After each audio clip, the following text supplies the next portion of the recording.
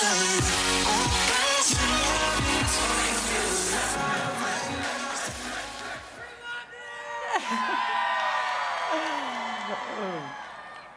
of my favorite things in life is to record moments of my life. Whether that be through journaling or Snapchat stories, I love sharing a piece of me with those around me. So today, I brought some pictures with me. Who'd like to see some pictures of me growing up? First, we have a picture with me and my first girlfriend, Katie. Now, Katie and I were madly in love. And in fact, we even got married inside of her mom's bathroom where her brother acted as the priest. Sadly, though, our marriage ended in divorce just about a week later at the swing set at my house. Next, we have a picture with my first show steer, Mickey. Now, I loved Mickey, and I was so proud of him, and almost every day when I'd go feed him, I'd sing him, "Oh, Mickey, you're so fine, you blow my mind, hey, Mickey, hey, Mickey." Next, we have a picture with me and my area officer team at Texas FFA State Convention in 2014. This picture was taken shortly before my teammates and I were going to get food at Subway sandwiches. So it was my job to direct our way there. However, when we got to the location, I said, "Oh no, this is the Subway station, not Subway sandwiches." This was just many moments of Trey moments in my life. Next, we have a picture with me and the Karazawa family. The Karazawa family was my host family when my teammates and I went to Japan. This picture was taken shortly after my three host brothers totally crushed me in some Japanese video games. I literally had no idea what I was doing. Next, we have a picture with my small group at one of my favorite stops this year, Oklahoma FFA Alumni Camp. My small group and I called ourselves the French Toast Mafia, and we were most known for our signature Trey walk that went a little something like this. French Toast Mafia! French Toast Mafia! And though we did not win the Small Group Spirit Award at Oklahoma FFA, we still managed to have the greatest time at camp. This canvas is a short timeline of some of my favorite memories of my life. In these moments, I felt love for myself and love from those around me. However, what happened in the moments between these pictures? What happened in the white space in these pictures? In the white space between these pictures, there was plenty of other amazing memories.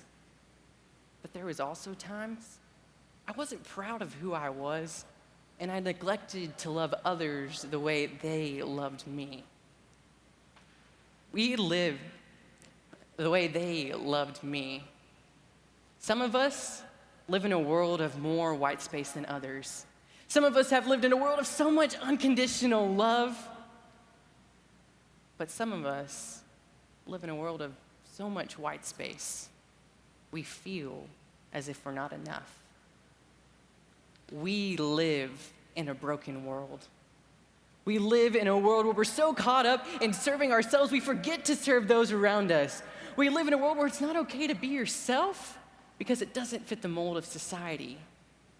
We forget so often that each and every one of us were beautifully and wonderfully created to be nothing but our authentic self.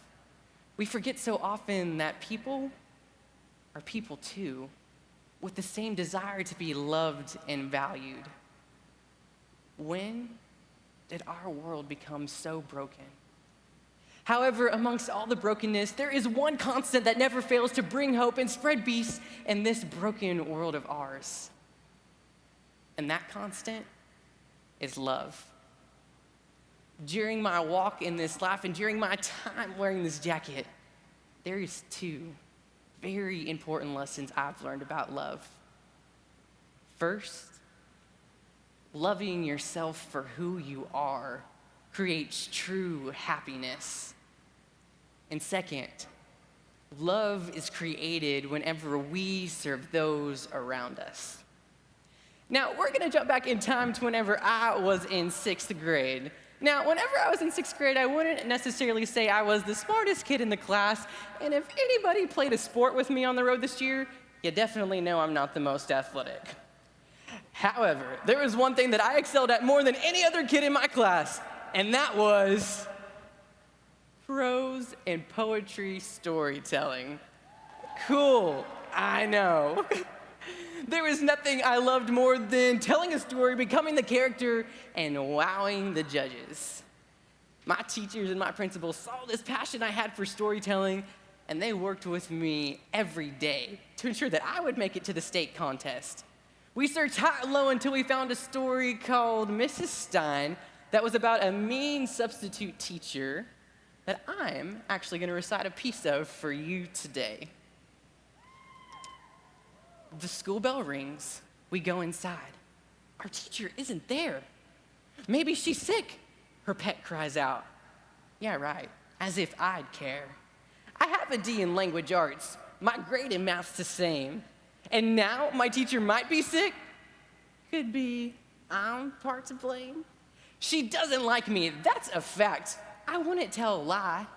She says stuff like, you're very smart, but you don't even try. I start to laugh, my teacher's sick, and boy, I'm feeling fine. Till someone kicks the door right in, and there stands Frankenstein. She's 6'8", her dress is black, she's wearing combat boots.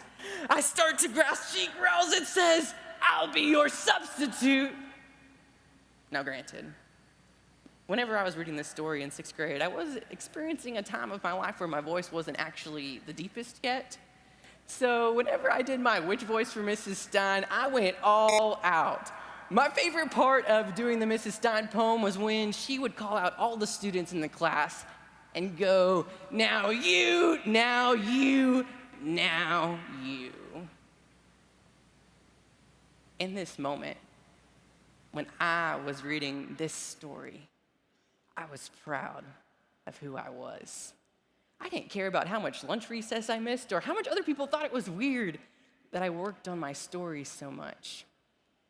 However, there was one day that changed everything. That was the day my principal came into my classroom, took me out of class, and said a few short words that instantly made me squirm in nervousness.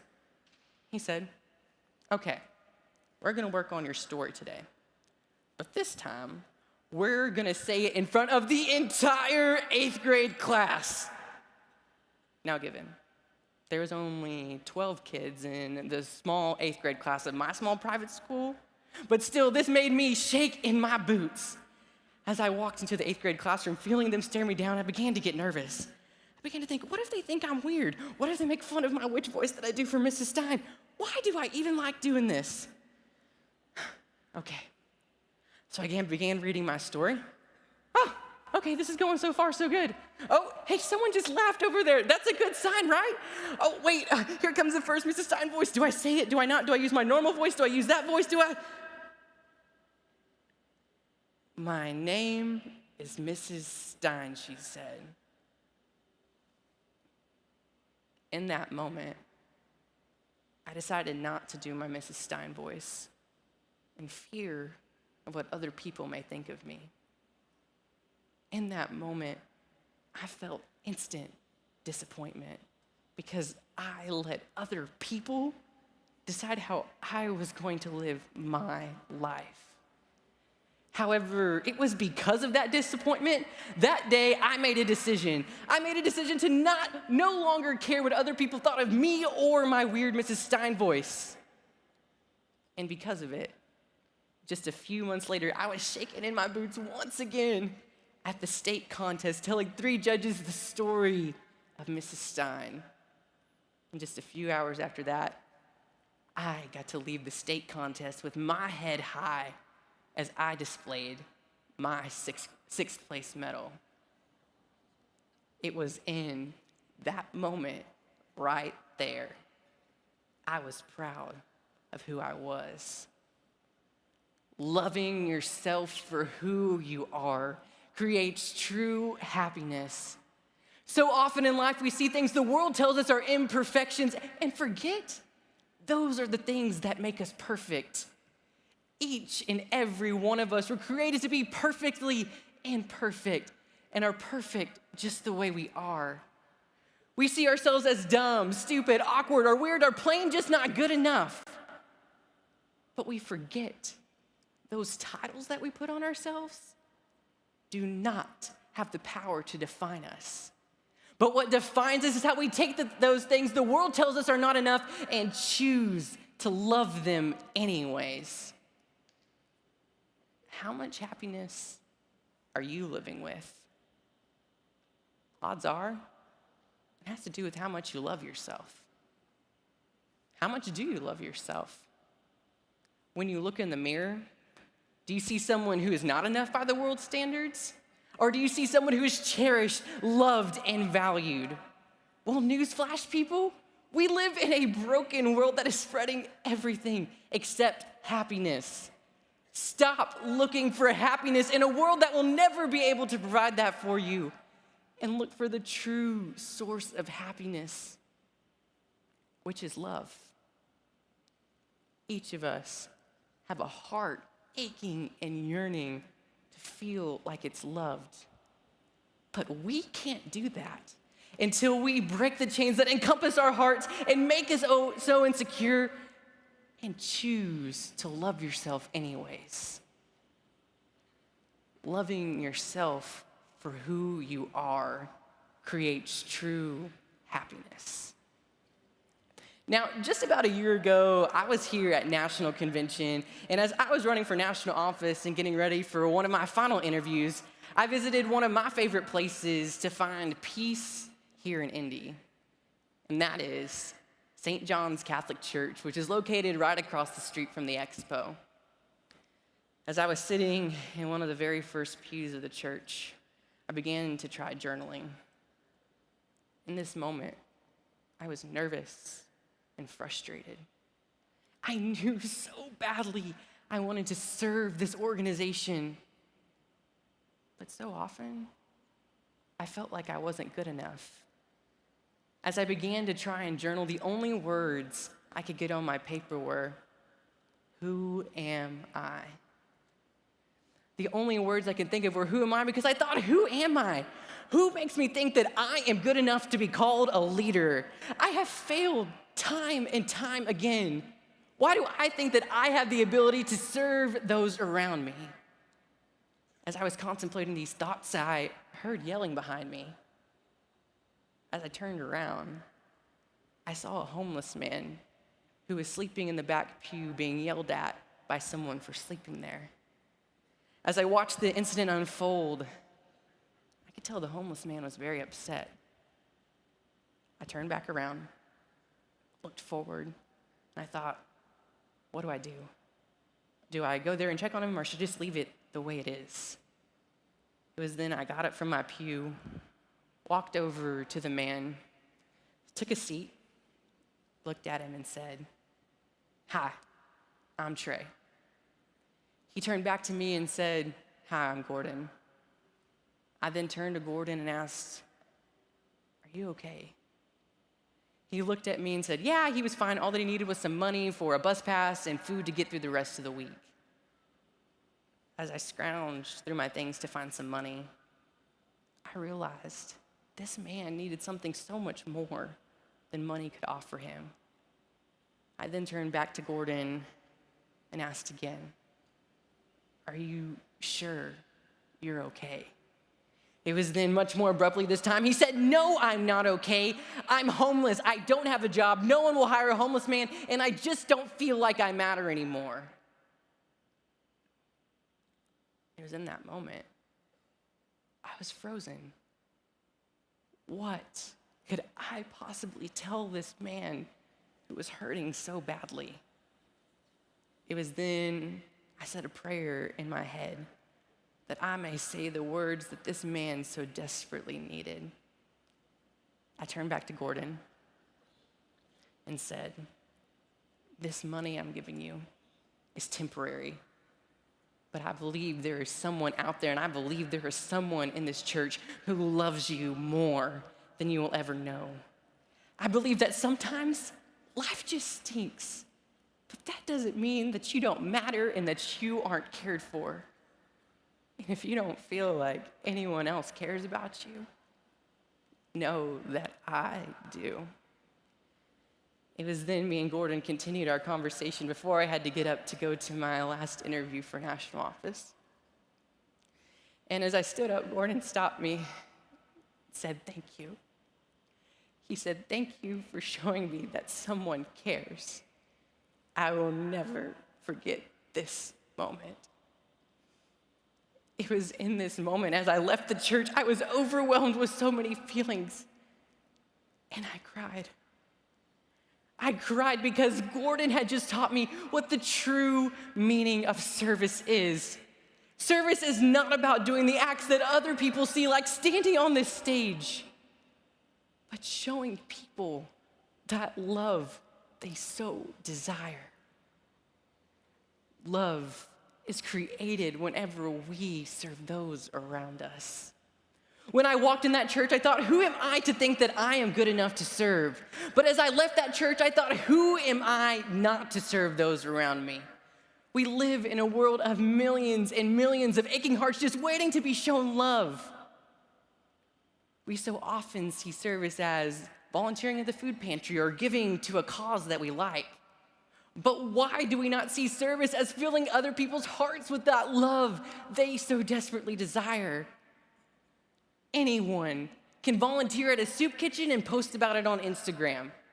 But why are we not sitting in that soup kitchen and giving the people there the love they need? Anyone can post about suicide prevention on their Facebook, Instagram, or Twitter.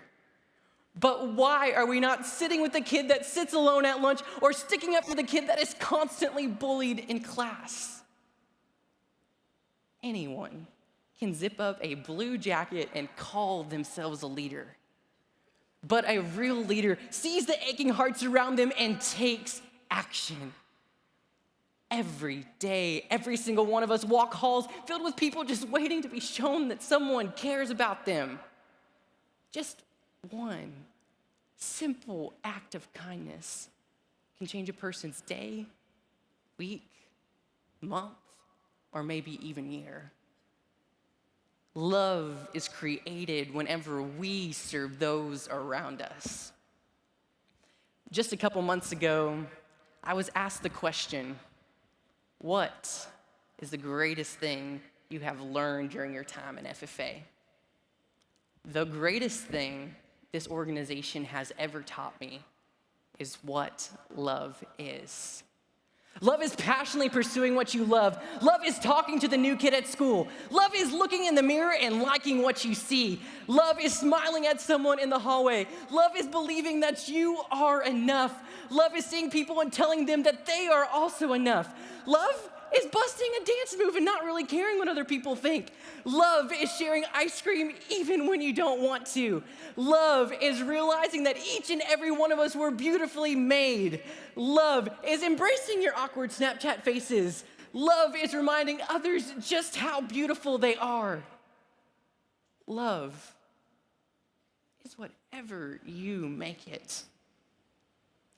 Love is a short word that has the power to change our world.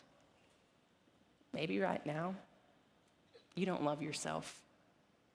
I've been there. But time and time again, this organization has taught me that it doesn't matter if you're the band geek, you're sitting there, or you're eating, or if you're playing the tuba, you're a baseball player, you're a video game enthusiast, student at the very top row, or someone sitting in the front row right here. Each of us were created in the image of love and are perfect just the way we are. Or maybe right now, you're failing to love others the way they love you. I've been there too. However, I have been reminded time and time again that we live in a world of different people who look different and act different, but the one thing we all have in common is the desire to be wanted, cared for, and loved. Choose to show them love. Today, each and every one of us in this arena have a choice. We have the choice to love ourselves and love those around us and mend those ties that have made this world so extremely broken. So what will you choose? National FFA, I dare you to love, because love is what brings about peace. Love is what motivates our actions. Love is what changes hearts. Love is not defined by a single definition, and love is how we will leave our legacy on this world.